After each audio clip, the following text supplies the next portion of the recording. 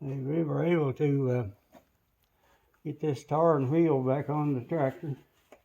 It wasn't easy to line up, but we're tightening up the wheel right now. Make sure she stays on there. You make a little racket here. This is the end result, what we want to see.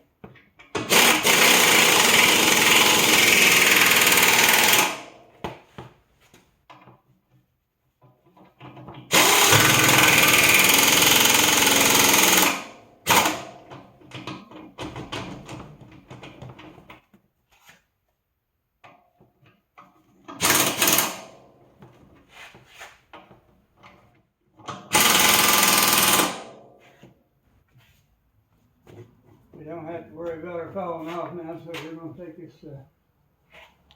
strap off.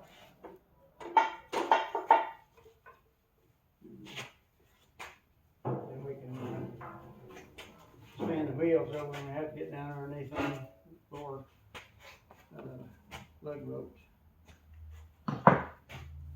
This one's got bolts in it instead of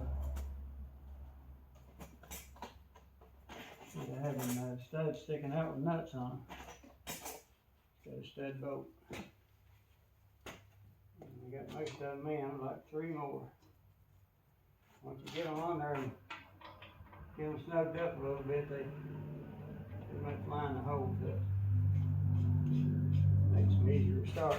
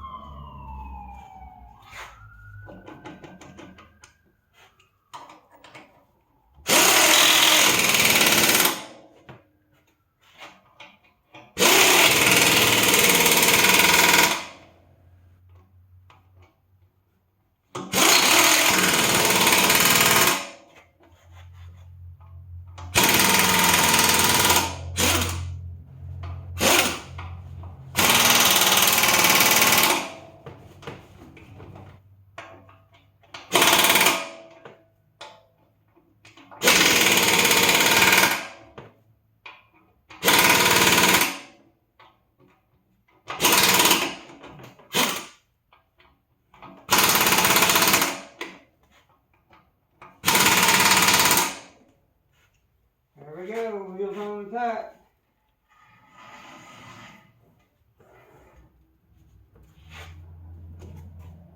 Watch my last video we done on this. This tar still hadn't beated itself out right in here, but we're gonna let it warm up. May put it out in the sun someday and let that tar stretch a little bit, because that tar's been off the rim for who knows how many years. We found it used down in Arlington, Ohio. But I was sure glad to find it. Saved me a lot of money. And it's a good looking tar for an old tractor. Old tractor don't have to have new tires on it, but nevertheless, the front end's going to get some new tires, because we're getting ready to pull the wheel off it right now and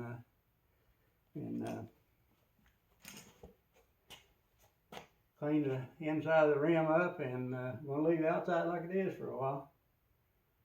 Maybe one of these days we'll get her down and take her apart and paint it, but we want to get her running right now and get tires where I don't have to drag it around my other tractor everywhere. Anytime I want to move it, I'll be able to turn the switch on and push the button and have her start up, and so we can move it around here without having to drag it around with the tractor. Got another antique John Deere tractor that will lift it.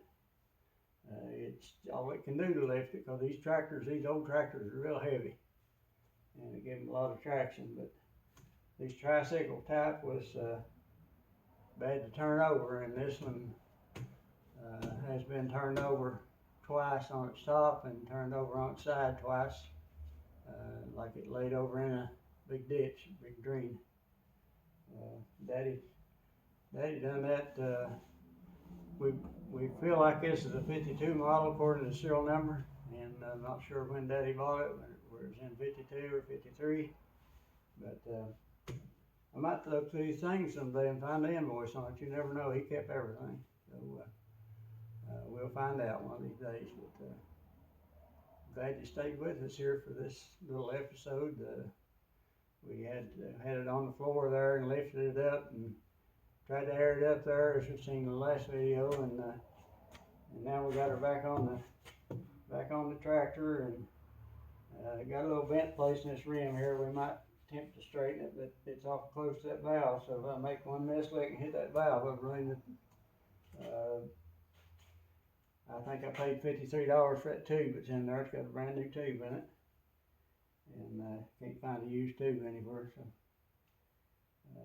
we're getting back in business. This old tractor is one step closer to being able to work again, so we thank the Lord for that. You have a good day now.